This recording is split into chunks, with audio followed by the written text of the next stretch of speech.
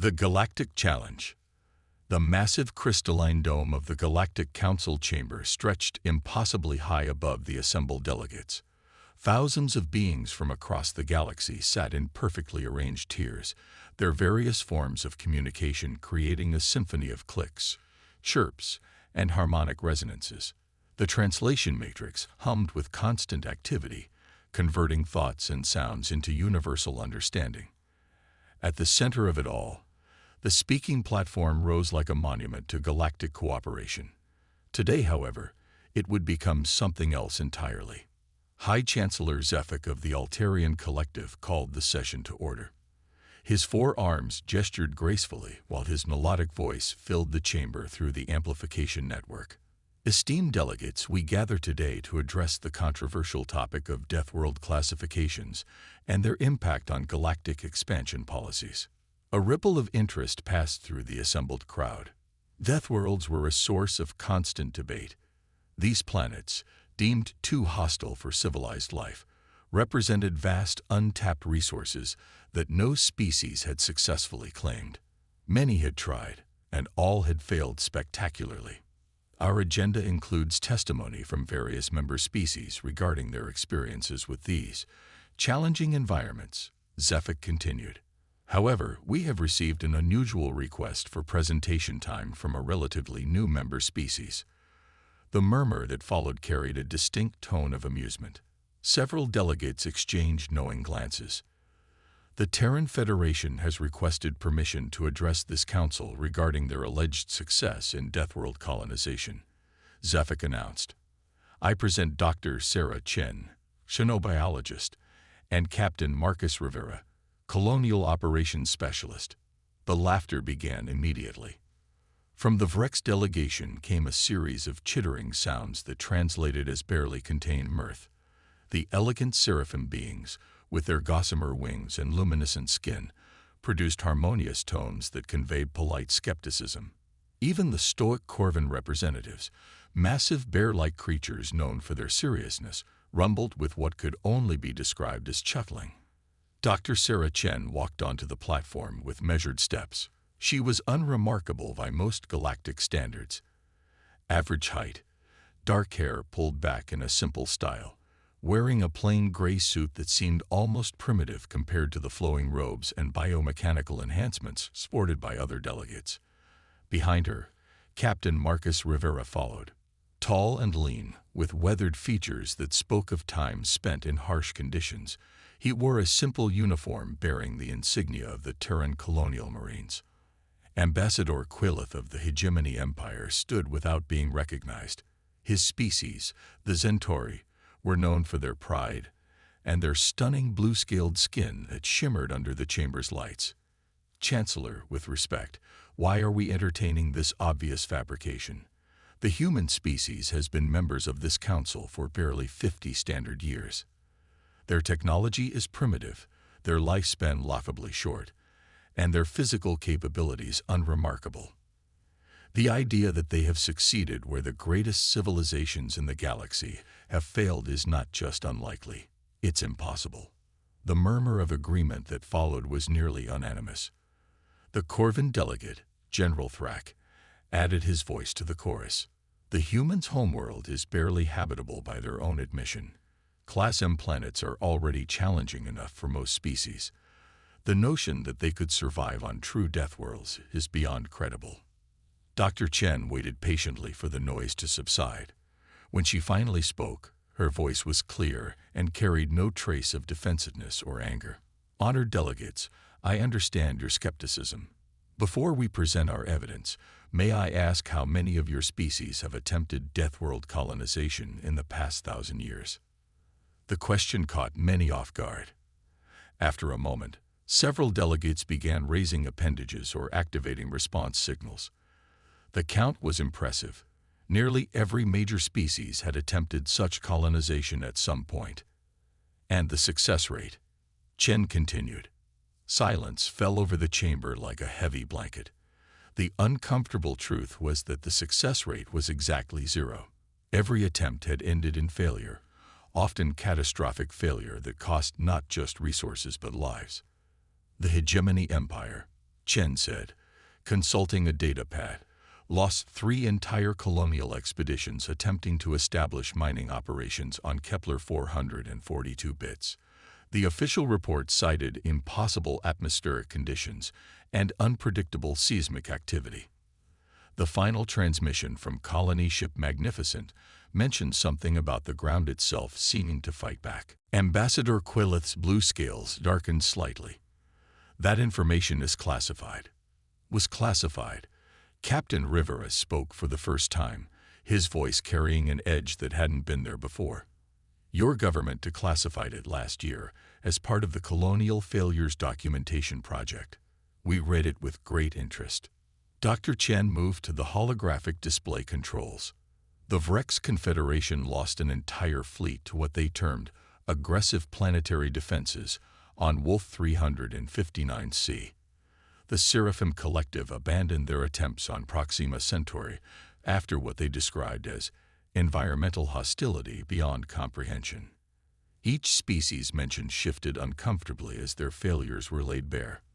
These weren't just setbacks, they were disasters that had cost entire civilizations massive resources and prestige. So I'll ask again, Chen said, her voice taking on a sharper tone. Given the universal failure rate, why is it impossible that humans might have found a different approach? The chamber fell silent. It was one thing to laugh at the primitive humans when they first walked in. It was another to confront the mathematical reality that every advanced civilization in the galaxy had failed at something these newcomers claimed to have mastered. High Chancellor Zephyk leaned forward in his elevated seat. Dr. Chen, you have our attention. Please proceed with your presentation. Sarah Chen smiled for the first time since entering the chamber. It wasn't a pleasant expression. Thank you, Chancellor. Captain Rivera and I have prepared a comprehensive overview of human Deathworld operations. I think you'll find it illuminating.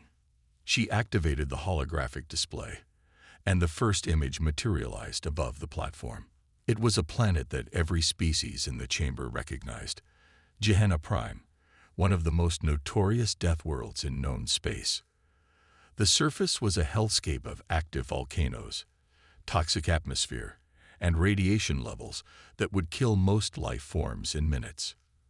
But there, clearly visible on the surface, were structures, organized, purposeful, obviously inhabited structures. The laughter stopped completely. In its place came something much more unsettling. The sound of an entire galactic council realizing they might have been very, very wrong about something very, very important. Captain Rivera stepped forward. Honored delegates, welcome to New Pompeii, population 12,000. Founded 18 months ago. Currently exporting rare earth metals to 15 different systems. The silence that followed was deafening. The first revelation. The holographic image of Gehenna Prime rotated slowly above the platform, its hellish surface displaying details that should have been impossible. The toxic yellow atmosphere swirled with chemical storms that would dissolve most known materials within hours. Volcanic eruptions painted the landscape with rivers of molten rock. Radiation readings scrolled along the bottom of the display in numbers that made several delegates unconsciously step back from the projection. Yet there, nestled in what appeared to be a caldera, was a thriving human settlement. Dr. Sarah Chen gestured toward the image. New Pompeii is one of our smaller operations. The colonists there have adapted to the 12-hour volcanic cycle by building modular structures that can be quickly relocated when seismic activity increases. They've learned to harness the volcanic gases for power generation and use the mineral-rich ash as fertilizer for their hydroponic farms. Ambassador Quillith of the Centauri found his voice first. This is clearly fabricated. No species could survive in those conditions, let alone establish a permanent settlement. The radiation alone would be lethal within hours. Captain Rivera nodded thoughtfully. You're absolutely right about the radiation, Ambassador. It would kill most species within hours. Humans can survive there for approximately 6 hours without protection. With our standard environmental suits, we can work 8-hour shifts comfortably. Impossible, muttered General Thrack of the Corvin delegation. Our best environmental protection systems couldn't sustain life in those conditions for more than 30 minutes. That's because you're trying to create a perfect environment inside your suits, Dr. Chen explained. We don't try to eliminate the radiation entirely. We shield against the most dangerous frequencies and allow our bodies to process the rest. Human cellular regeneration can handle moderate radiation exposure. We've simply learned to work within our biological limits rather than trying to exceed them. The Vrex delegate, Ambassador Skrix, clicked his mandibles in what the translator identified as confusion. But the psychological stress alone would be overwhelming. The constant threat of volcanic activity, the toxic atmosphere, the isolation from proper civilization. Have you ever asked yourself why you find these environments so stressful? Sarah Chen asked quietly. Your species evolved on worlds with stable climates, predictable seasons, and relatively benign conditions. You've spent millennia perfecting those environments, making them safer and more comfortable. You've forgotten how to live with danger. She paused, looking around the chamber at the assembled delegates. Humans evolved on a world that was actively trying to kill us. Ice ages that lasted thousands of years. Predators that hunted us. Diseases that wiped out entire populations. Natural disasters that could destroy civilizations overnight. We didn't just survive these things. We learned to thrive because of them. The holographic display changed to show Earth's history. Volcanic eruptions. Massive storms. Ice sheets covering continents. Then it shifted to show human settlements in each environment. Cities built on earthquake fault lines. Communities thriving in the aftermath of volcanic eruptions. Populations that had grown stronger after surviving plagues and disasters. Captain Rivera took over. The colonists on Gehenna Prime aren't suffering from psychological stress. They're energized by it. Every day brings new challenges that require creative solutions. Every problem they solve makes them more capable. They've formed one of the strongest communities in human space because they depend on each other for survival. But surely the mortality rate must be catastrophic, pressed Ambassador Quilith. No civilization could sustain that level of loss. Mortality rate on Gehenna Prime is currently 0.3% annually, Dr. Chen replied. That's actually lower than the galactic average for most civilized worlds. When everyone knows that carelessness can be fatal, everyone becomes extremely careful. When everyone understands that they need their neighbors to survive, social conflicts become rare. A new voice spoke from the upper tiers. Councillor Varick of the Altarian Collective, High Chancellor Zephic's own species, leaned forward with obvious interest. Dr. Chen, are you suggesting that danger actually makes humans stronger? Not just stronger, Counselor. Smarter, more creative, more cooperative. Humans perform best when the stakes are highest. We've documented this across hundreds of settlements on dozens of worlds that other species have deemed uninhabitable. The holographic display shifted again, this time showing a water world racked by perpetual storms. Massive waves, some reaching heights of over 100 meters, crashed against floating installations that rose and fell with the swells. Aqua Tempest, Captain Rivera announced. Population 8,000. The storms never stop, the waves never rest, and the atmospheric pressure changes constantly. The Seraphim Collective attempted to establish a research station there 15 years ago. The Seraphim delegate, whose harmonious voice had been silent since the presentation began, finally spoke. We lost 47 researchers when the station was destroyed by a storm surge. The conditions were deemed impossible for sustained habitation. Your station was destroyed because you built it to resist the storms, Dr. Chen explained gently. Our installations move with them. The entire city is designed to ride the waves, not fight them. The colonists have learned to read the weather patterns and position themselves to take advantage of the storm systems for power generation and transportation. She highlighted a section of the floating city where massive turbines were clearly visible, spinning in the howling winds. The storms that destroyed your station provide all the energy our colony needs. The wave action powers our desalination systems. The constant motion has led to innovations in flexible architecture that we're now using throughout human space.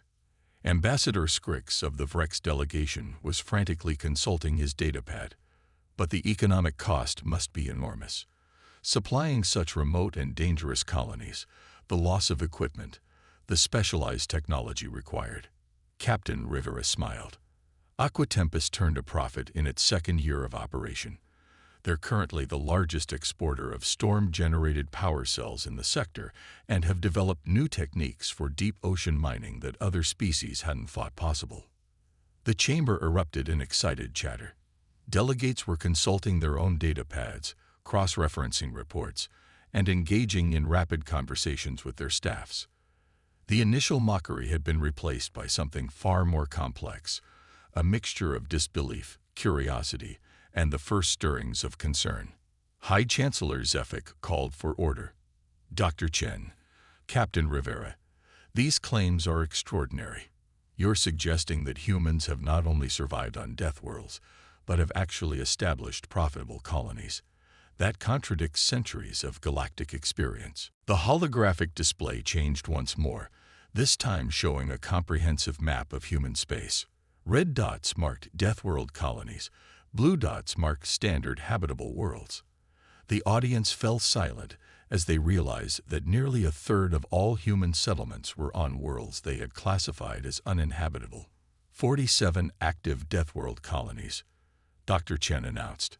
16 different categories of hostile environment, a combined population of over 2 million humans, all thriving in conditions that the galactic community has deemed impossible for sustained life.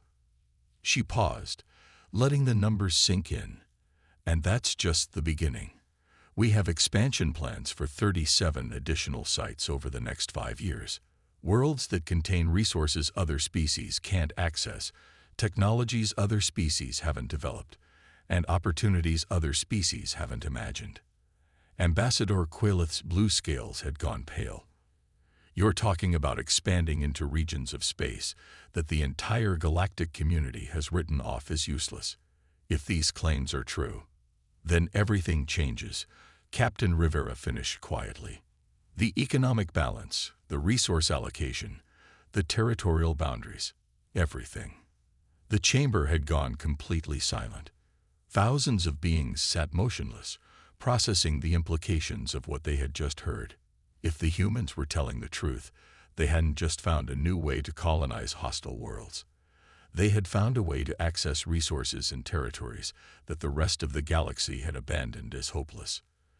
Dr. Sarah Chen looked around the chamber one more time before speaking. Honored delegates, we've shown you the what. Now let us show you the how. Because understanding our methods might be the difference between your species thriving in the galaxy's future or being left behind in its past. The silence that followed was no longer skeptical. It was the silence of beings who were beginning to realize that the balance of galactic power might be shifting in ways they had never imagined possible.